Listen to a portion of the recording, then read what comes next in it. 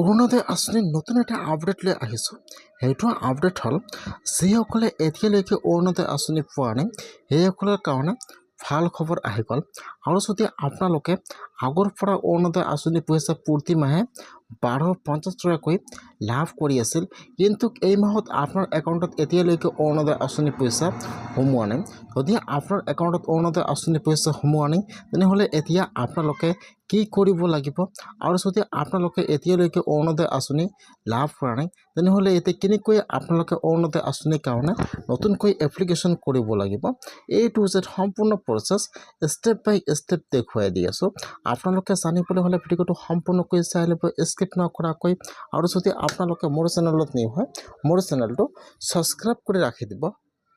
যিসকলে আগৰ পৰা অৰুণোদয় আঁচনি পইচা লাভ কৰি আছিল, কিন্তু এই মাহত অৰুণোদয় আঁচনি পইচা একাউণ্টত সোমোৱা নাই, যিসকলৰ একাউণ্টত এই মাহত অৰুণোদয় আঁচনি পইচা সোমোৱা নাই, এতিয়া কিন্তু সেইসকল লোকে আৰু এবাৰ ডকুমেণ্ট বা আপোনাৰ ডকুমেণ্ট ভেৰিফাই কৰিব লাগিব।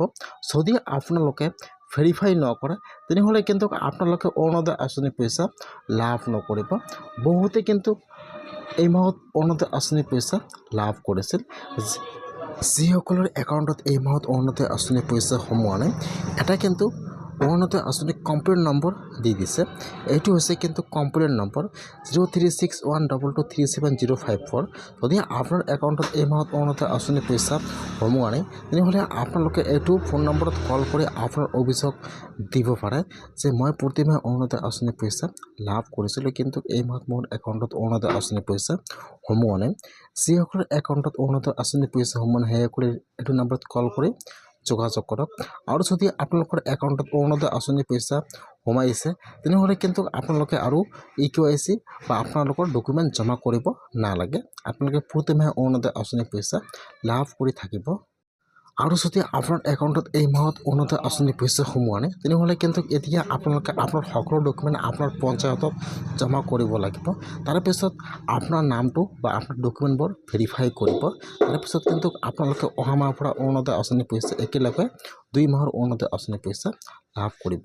যিসকলৰ একাউণ্টত এই মাহত অৰুণোদয় আঁচনি পইচা সোমোৱা নাই, সেইসকলে আজি আপোনাৰ পঞ্চায়তত যে আপোনাৰ সকলো ডকুমেণ্ট জমা কৰক, নহ'লে কিন্তু আপোনালোকে অৰুণোদয় আঁচনি লাভ নকৰিব।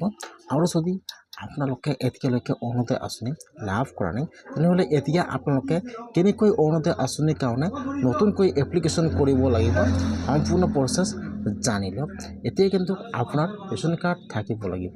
যদি আপোনাৰ ৰেচন কাৰ্ড আছে আৰু আপোনালোকৰ সকলো ডকুমেণ্ট আছে আৰু আপোনালোকে এতিয়া অৰুণোদয় আঁচনি লাভ কৰা নাই, তেনেহ'লে এতিয়া আপোনালোকে আপোনাৰ সকলো ডকুমেণ্ট জেৰক্স কৰি আপোনালোকে আপোনাৰ পঞ্চায়তত যাব লাগিব। তাত কিন্তু বৰ্তমান অৰুণোদয় আঁচনিৰ নতুন এপ্লিকেশ্যন ফৰ্ম আহি গৈছে। যিসকলে অৰুণোদয় আঁচনি পোৱাৰ যোগ্য হয়, এতিয়ালৈকে অৰুণোদয় আঁচনি লাভ কৰা নাই, এতিয়া কিন্তু আপোনালোকে আপোনাৰ সকলো ডকুমেণ্ট জেৰক্স কৰি আপোনাৰ পঞ্চায়তত যাব লাগিব। তাত কিন্তু অৰুণোদয় আঁচনিৰ নতুন এপ্লিকেশ্যন ফৰ্ম আহি গৈছে। এতিয়া যদি আপোনালোকৰ পঞ্চায়তৰ পৰা আপোনাৰ সকলো ডকুমেণ্ট চেক কৰিব, যদি আপোনালোকে অৰুণোদয় আঁচনি পোৱাৰ যোগ্য হয়, তেনেহ'লে আপোনাৰ পঞ্চায়তৰ পৰা আপোনাৰ সকলো ডকুমেণ্ট জমা ল'ব। তাত কিন্তু অলৰেডি ফৰ্ম আহি গৈছে। আপোনাৰ পঞ্চায়তৰ পৰা সকলো ডকুমেণ্ট জমা কৰিব। তাৰপিছত আপোনালোকে অহা মাহৰ পৰা অৰুণোদয় আঁচনি পইচা লাভ কৰিব।